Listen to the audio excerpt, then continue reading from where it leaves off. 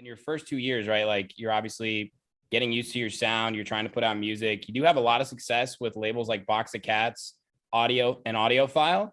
I just want to talk about Box of Cats really quick because I've interviewed so many people that have released on this label. They speak very highly of the process, the professionalism, and really the range that Box of Cats gives artists. And you released 6 or 7 tracks with them over the years.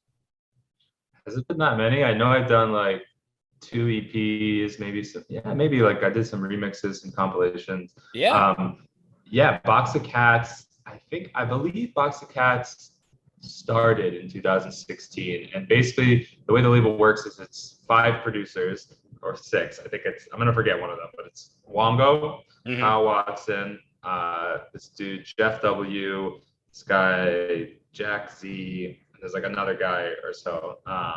And they all kind of, the way it works is like to get a tune signed, they all have to like the track, but that's pretty much like the only qualifier. Like they don't really care about like how many other tracks you've had or how many Instagram followers you have or whatever like that. Right. And so, you know, it's all just about the music, which for most record labels, it's not all about that. And so, yeah, I think I was like their 8th release, maybe.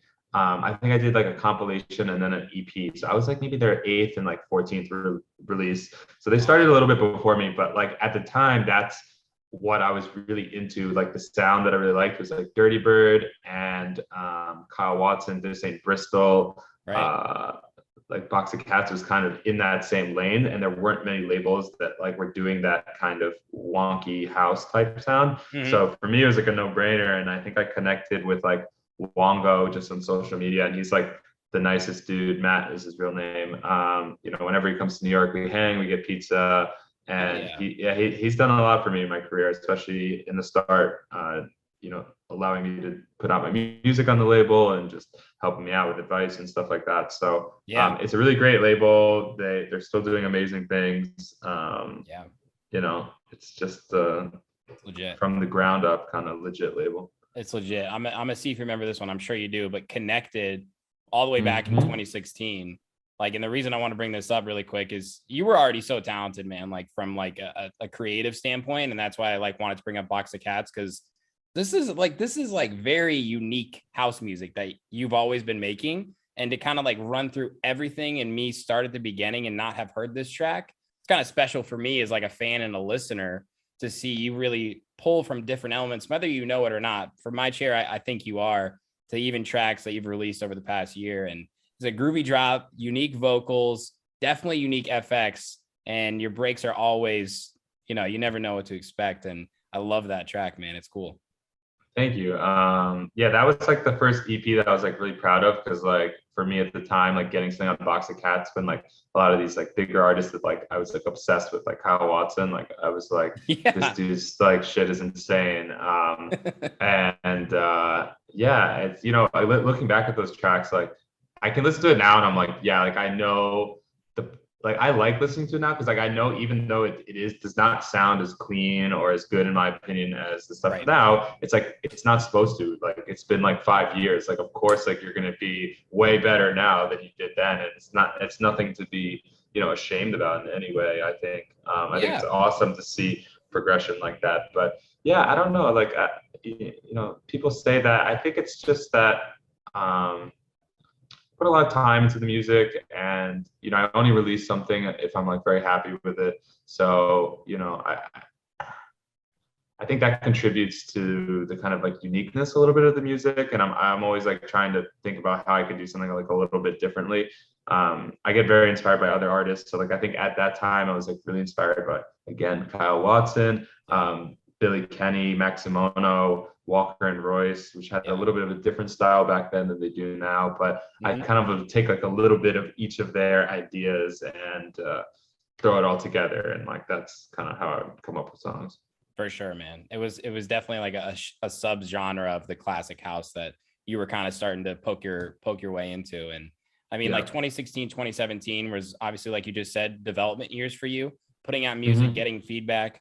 I can tell you, and I'm sure you agree with this, producer to producer, when you listen to it on your computer and then it's out to the world and you listen to it on Spotify, sometimes it sounds different. You're like, what the fuck? I listened to this 500 times.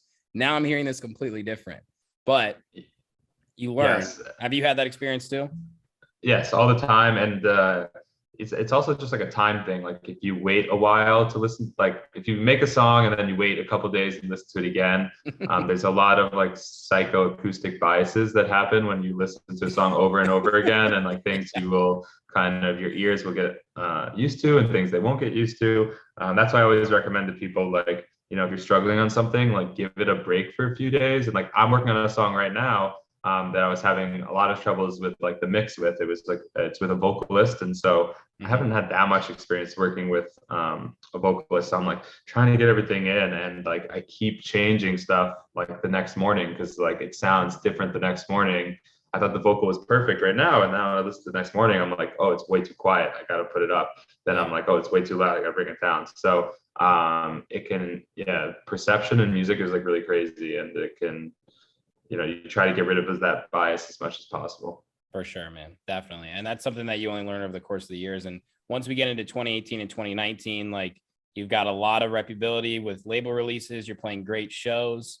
Do you really remember back in 2018, 2019, like how you were feeling as a producer in the studio creatively? Were you trying to break through boundaries? What were you inspired by, or what comes to mind?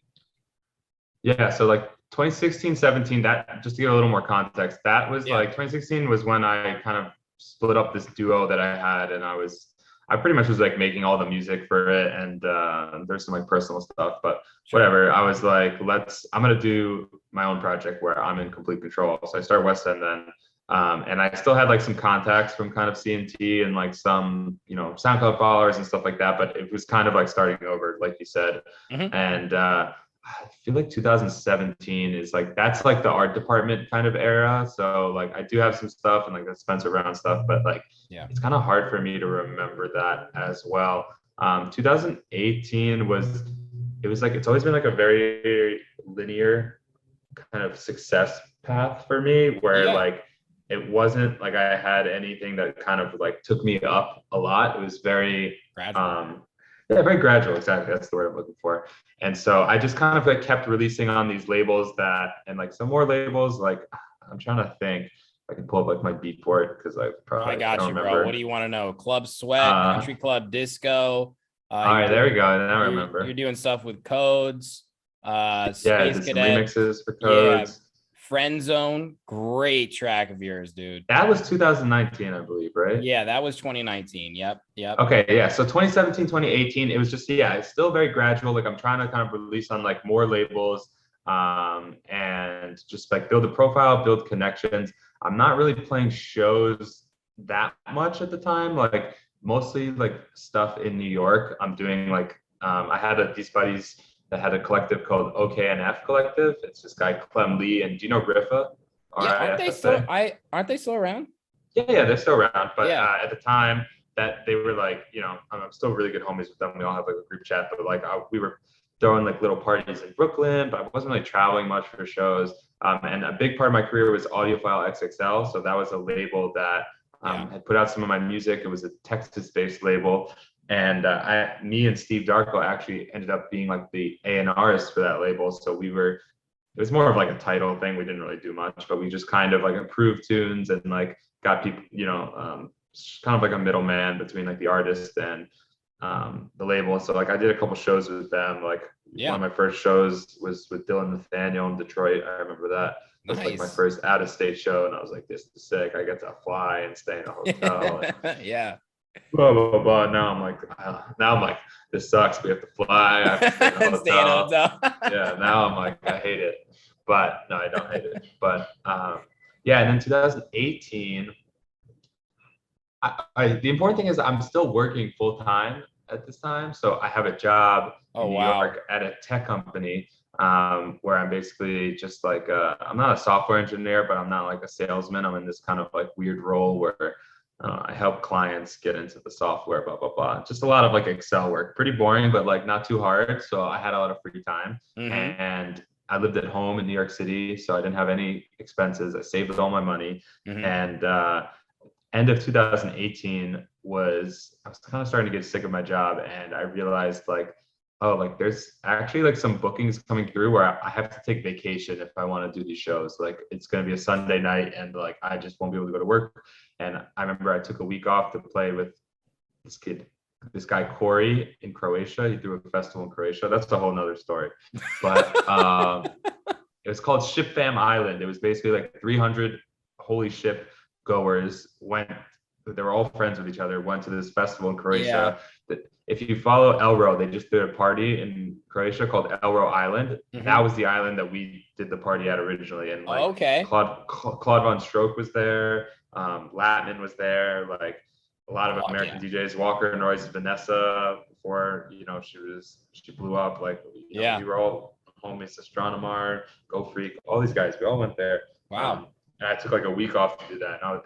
So I had some momentum and I was like, okay, like I'm not really making any fucking money doing this, but I am getting some recognition in this like small local space that is like this Dirtybird type space. Right. And I think my goal at the time was like Dirtybird. Like I was like, it was kind of fucked up, but I was like making music to be on the label. I was like, I want to have a release on Dirtybird.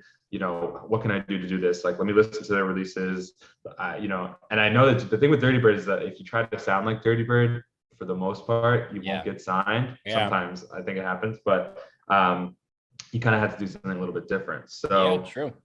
So I was like focused on that. And I remember I got the email one morning that was like, congrats, like we would like to sign your song to Dirtybird, blah, blah, blah. And like, it was like, I was so happy. It was like the craziest feeling. It was like this pure, just like joy. And I was like, yes, I did it. Like everything is going to be sorted for the rest of my life. Like I'm going to be on Dirtybird. Like I'm going to be best friends with Claude Von Stroke, blah, blah, blah. That did not happen. But it was a great opener for me because I milked the shit out of it. And I was like, look at me, I got a track on Dirtybird. And I think it was only for their Bird Feed release thing, which is kind of like a free download service they have. Was this Ambidextrous? No, this was Don't Detonate? Stop. Oh, no, this is before that. So this is, it didn't come out to Spotify until a year later, but this is Don't Stop. And then, but that did open the door for me in Dirtybird. So I was able to send them more demos, and that's how I got some of those other songs signed. Right. I'm just kind of like rambling about things that are happening. But another thing that happened for me that was like big was Justin Martin was playing a lot of my music. Mm-hmm. And I love Justin Martin. I still do love Justin Martin. He's one of my favorite DJs and producers. He's just an awesome dude. Yeah. And he was like playing one of my old Box of Cats releases, which was like the B-side called Legal Party, which I think came out in 2017. And I remember he was playing that. He was playing like some old remixes that I think during one of his sets, he played 5 of my tracks in one set, which is a lot for a producer that's not like your own productions to put in a set. 5 other tracks. For sure. So I was kind of like riding that high and milking that. And, it was great. So I ended up quitting my job at the end of the year. So like, I think 2018, like September, October, I quit my job and I was like, I'm going to try music production like full time. I'm going to live at home in New York. I'm going to just, spend my time more on marketing and social media and making music. And I kind of just did that and then took it from there. Amazing. That's such a dude. I know it's like a little scrambled, like all the pieces, but that was like in my memory, from what I remember, that was like that era. Those were like the highlights kind of. Man, do I love Sherm in the booth. Oh, hey, I think you do too. Hope you enjoyed that piece of content. If you're looking for more, make sure to go to my YouTube channel and hit that subscribe button and turn on all notifications so you don't miss any upcoming Sherm in the Booth interviews, live sets, new music, exclusive artist interviews, Sherm's Word, sub-pack reviews, and more. This is your one-stop shop for everything entertainment. Cheers.